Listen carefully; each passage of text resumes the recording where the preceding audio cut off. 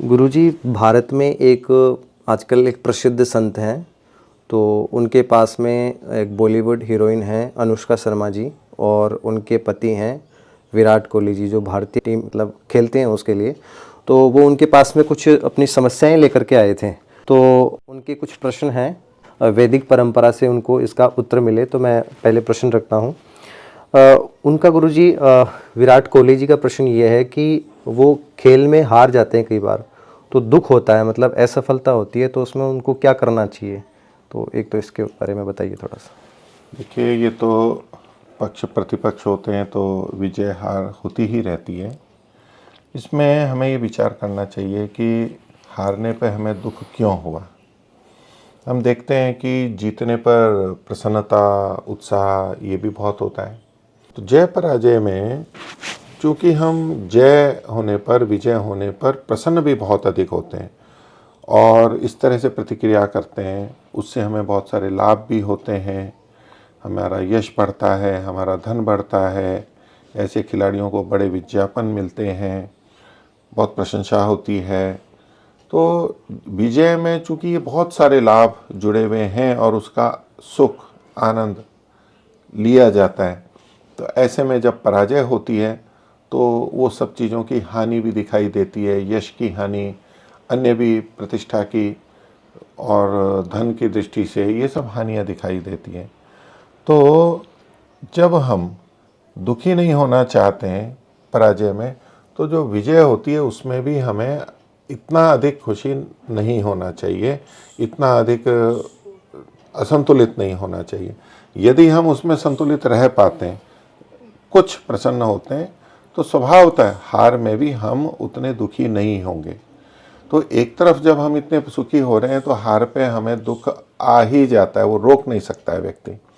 इसलिए जो जय और पराजय है उसके अंदर एक खेल भावना से, जैसा बहुत से खिलाड़ी रखते भी हैं और खेल भावना से खेलते हैं अच्छे से, तो ऐसे में अधिक प्रभाव नहीं आता है, अपने स्वास्थ्य के लिए खेलते हैं। लेकिन चूंकि ये तो बहुत व्यावसायिक क्रीड़ा होती है, बहुत धन जुड़ा हुआ होता है, अत्यधिक धन जुड़ा हुआ होता है, इसलिए इन सब कारणों से व्यक्ति अधिक प्रभावित होता है। तो या तो हम उस स्थिति में ना रहें, और रहते हैं तो भी हम सोच सकते हैं कि हमारे को कभी लाभ होता है, कभी हानि भी होती है। तो उन दोनों स्थितियों में कुल मिला के बहुत सारा लाभ होता है, यश है। तो उतने से जितना मिलता है उतने से संतुष्ट रह करके हम दुखी होने से बच सकते हैं। फिर हमारे द्वारा जो उसमें त्रुटियां हो जाती हैं उसके ऊपर ध्यान दे करके उसका हम सुधार करते हैं, जैसा कि सभी खिलाड़ी करते ही हैं। उनको कुछ बताने कहने की आवश्यकता नहीं है, लेकिन हम अन्यों के भी जीवन में तो हम उसमें कारण को ढूंढते हैं कि क्यों पराजय हुई, हमारी कहाँ त्रुटि हुई। बस यही प्रक्रिया चलती है और उससे हम आगे के लिए उत्साहित रह सकते हैं और अच्छे से खेलने की क्रिया को कर सकते हैं। इसमें कोई उदास, निराश, हताश होने की तो कोई बात है नहीं। ओम। गुरुजी, इसमें एक अनुष्का शर्मा जी का भी प्रश्न है। वो ये चाहती हैं कि सत्संग को जीवन में कैसे उतारें, इसका वो प्रयास कर रहे हैं, तो इसके ऊपर आप उनको क्या चाहेंगे? सत्संग को तो सबसे पहले अच्छे से सुनना होता है।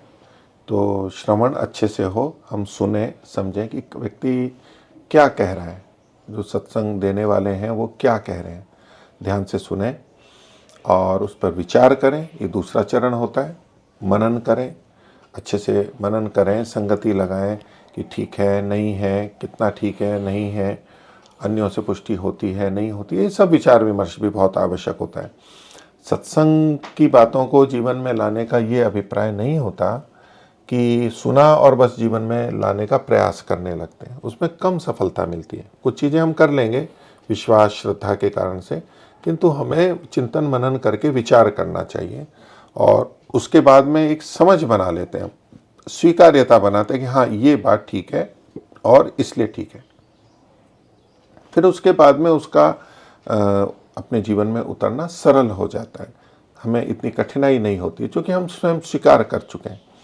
इस प्रक्रिया के आधार पर किया जाता है और सत्संग में हम बहुत अधिक बातें सुनते हैं, बहुत बड़ी बातें भी सुनते हैं और संख्या में भी बहुत होती है। एक ही सत्संग में बहुत बातें सुन लेते हैं, उन सबका जीवन में आना सरल नहीं होता है, उसके लिए समय लगता है।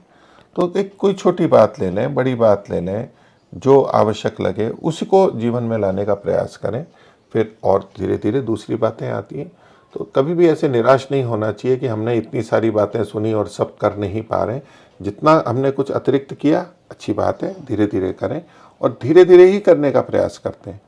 एकदम से सब बातों को हम ले आएंगे अपने जीवन में तो चूँकि जीवन हमारा शरीर आदि बुद्धि आदि किसी विशेष स्थिति के लिए अभ्यस्त होते हैं तो वो उसको सहन नहीं कर पाते, उसके अनुकूल ढल नहीं पाते, तो इसलिए धीरे धीरे ढाला जाता है। तो पहले कुछ बातें की, फिर और की, ऐसे करके धीरे धीरे किया जाता है। धर्म के पालन में धैर्य बहुत रखना होता है और धैर्य रखेंगे तो हम धीरे धीरे अधिक अधिक करते जाते हैं। और यदि हमने धैर्य नहीं रखा तो ऐसे में अति आवेश में, तीव्रता में, उद्वेग में हम बहुत सारी चीज़ों को ले तो लेंगे लेकिन कर नहीं पाएंगे, और जब नहीं करेंगे तो फिर हताश निराश होंगे, कठिन लगेगा, मैं तो कर नहीं सकता हूँ, तो भविष्य के लिए भी संभावनाएं कम हो जाती हैं। इसलिए सुने, अच्छे से मनन करें, निश्चय करें और फिर धीरे धीरे जीवन में उतारने का प्रयास करें, तो ऐसे जीवन में सत्संग उतरता है।